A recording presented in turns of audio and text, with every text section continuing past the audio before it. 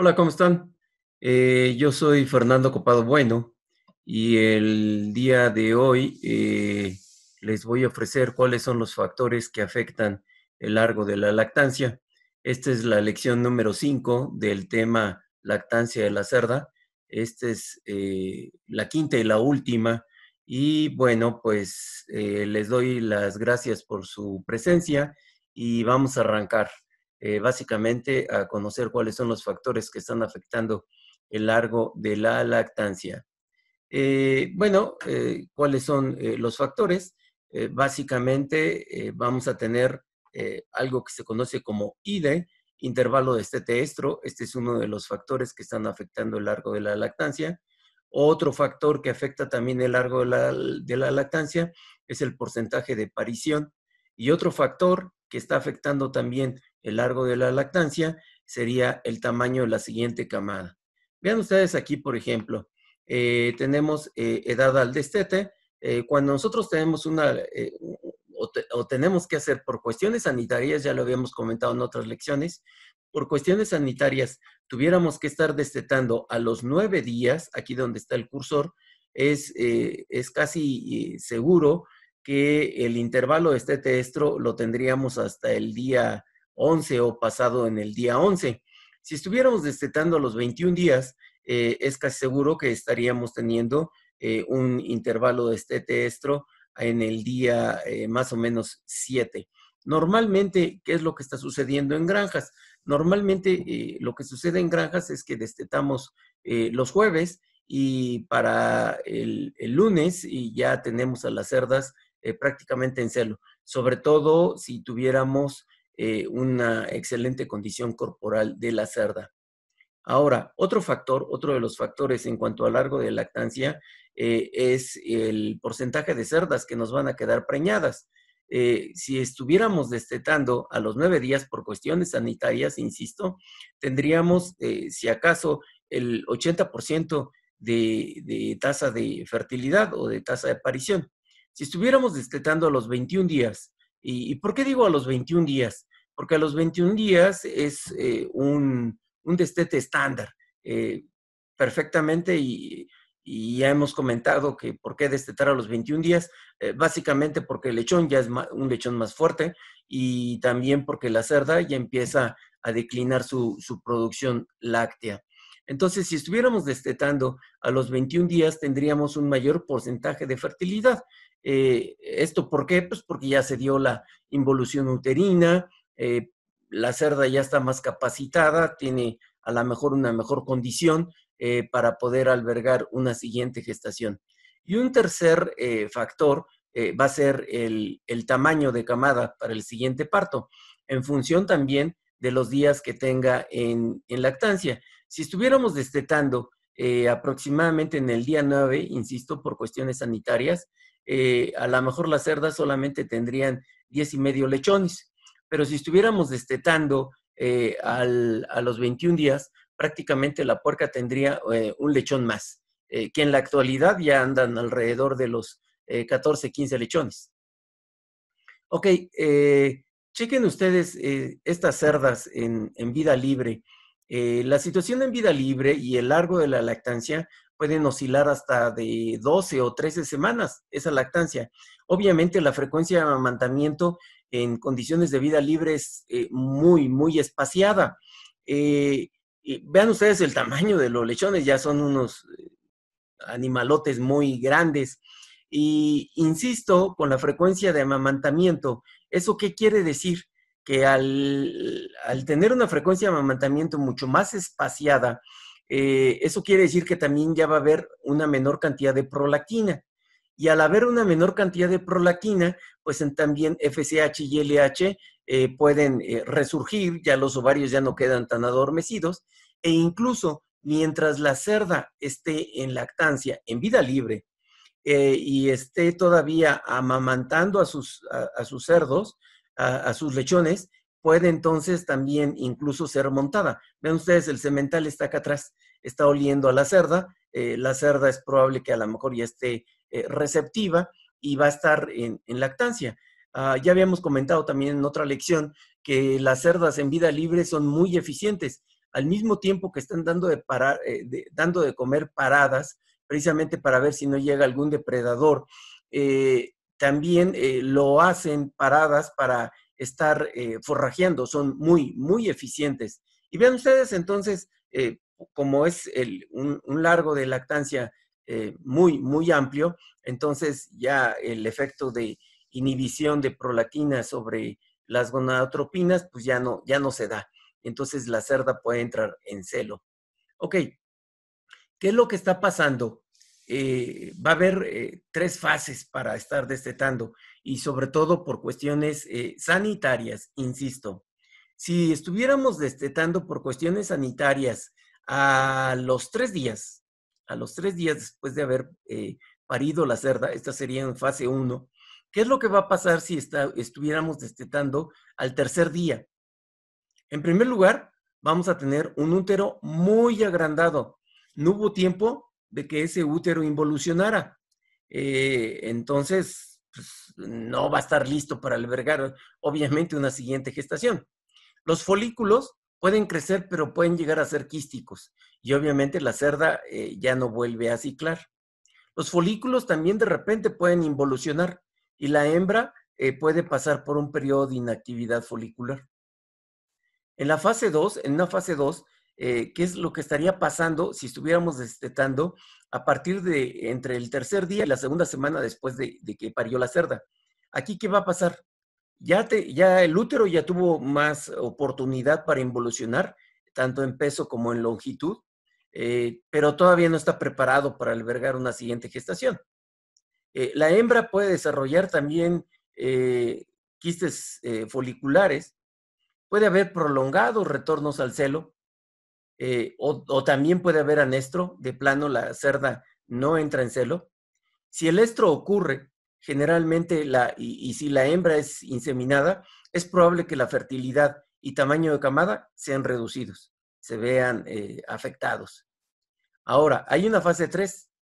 Si destetamos después de los 14 días, insisto, por cuestiones sanitarias, si tuviéramos que destetar por alguna emergencia sanitaria después de los 14 días, es probable que haya un buen retorno al celo, es probable que también haya una buena fertilidad y también buenos niveles de insulina circulante que son importantes para mantener una buena reproducción.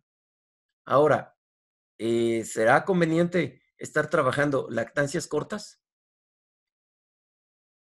¿Qué va a pasar con las lactancias cortas? Va a haber un incremento en el intervalo de estro, va a haber una tasa de fertilidad disminuida y también va a haber un tamaño de camada, si es que queda la cerda gestante, va a haber un tamaño de camada menor. Pero podemos hacer algo. Sería importante manejar, pero de manera muy adecuada, muy eficiente, la alimentación de la cerda. Y que obviamente el lugar en donde le estemos ofreciendo el alimento, es decir, el comedero, que sea un comedero con un excelente diseño, un comedero ergonómico y diseñado a la cabeza, al tamaño de la cabeza de la cerda, porque no tiene cualquier tamaño, es una cabezota. Al momento del parto, tendrá que haber un manejo sanitario muy cuidadoso.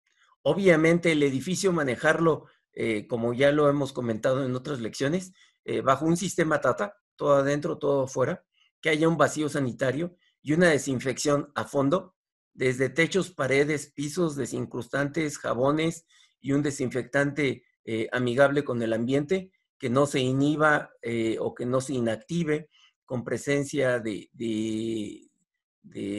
materia orgánica,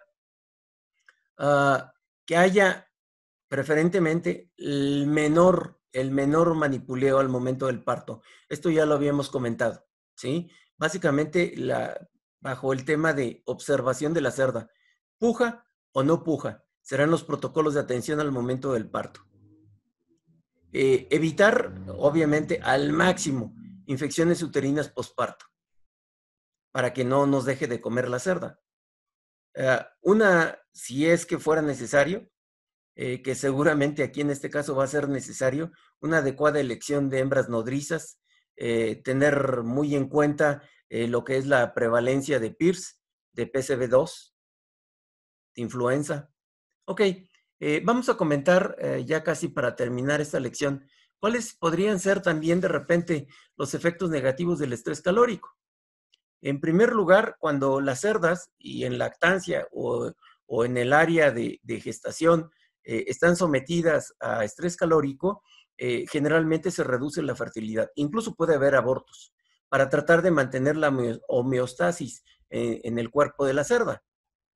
Se reduce también el tamaño de camada. ¿Por qué? Porque empiezan a perder algunos productos con algún pujido o incluso en la misma orina se pueden observar algunos fetos. Se incrementa la frecuencia de nacidos muertos también. Se reduce obviamente el peso del lechón al nacimiento.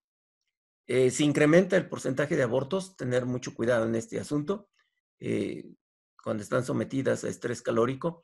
Es importante también cuando hay rachas de calor muy intensas, recordar que es importante que sobre todo no estemos utilizando demasiada fibra en el alimento. Lo más recomendable es estar utilizando minerales, básicamente sulfato de magnesio, sales de Epsom. Se acorta el periodo de la gestación, ya lo que quiere la cerda es aventar los productos que trae, entonces se puede acortar y entonces también podríamos empezar a observar algunos lechones con cierta inmadurez, sobre todo a nivel de respiratorio. Retornos irregulares al celo, un intervalo de este estestro mucho más largo. ¿Por qué? Porque no comen. Porque si comen, no van a tener la capacidad para disipar el calor, para termorregularse. Va a haber o es más difícil la detección oportuna de calores. Ok. Ya para terminar, quisiera hacer un breve resumen. En lactancia, básicamente, ¿qué debemos de cuidar? Debemos de cuidar, monitorear a la cerda durante las siguientes 36 horas, no hasta las 36. No, desde la media hora, desde la hora 1 hasta las 36 horas o más, debemos de estar monitoreando a la cerda. Monitoreando básicamente qué, come o no come, cómo está defecando, si hay descargas vulvares. Ya habíamos quedado en otras lecciones que la camada es el mejor termómetro para saber si las cosas marchan bien o marchan mal. Es importante que el edificio en donde estemos alojando a nuestras cerdas se haya sanitizado, es un edificio limpio, un edificio Tata, todo adentro, todo afuera, perfectamente sanitizado, con uno de los mejores desinfectantes. Lo mejor es no arriesgarse. ¿Y por qué es importante el microbismo ambiental?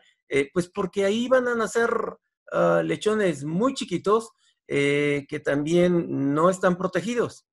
No hubo una transferencia de anticuerpos de manera transplacentaria. Entonces, cualquier cosa les puede pegar.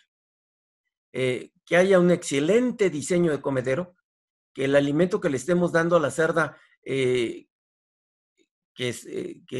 lo estemos ofreciendo en un comedero, con un excelente diseño, con un diseño ergonómico en donde pueda entrar perfectamente la cabeza grandota de la cerda. El despacho de agua, mínimamente 2 litros por minuto, estar checando ese despacho de agua en el último bebedero de toda la línea hidráulica y a las 12:01 de la tarde cuando todos los bebederos están funcionando porque hace mucho calor. Está registrando la temperatura, las mínimas y las máximas. Ya sabemos cuál es la temperatura termoneutral de la cerda, entre 18, 21, 22 grados.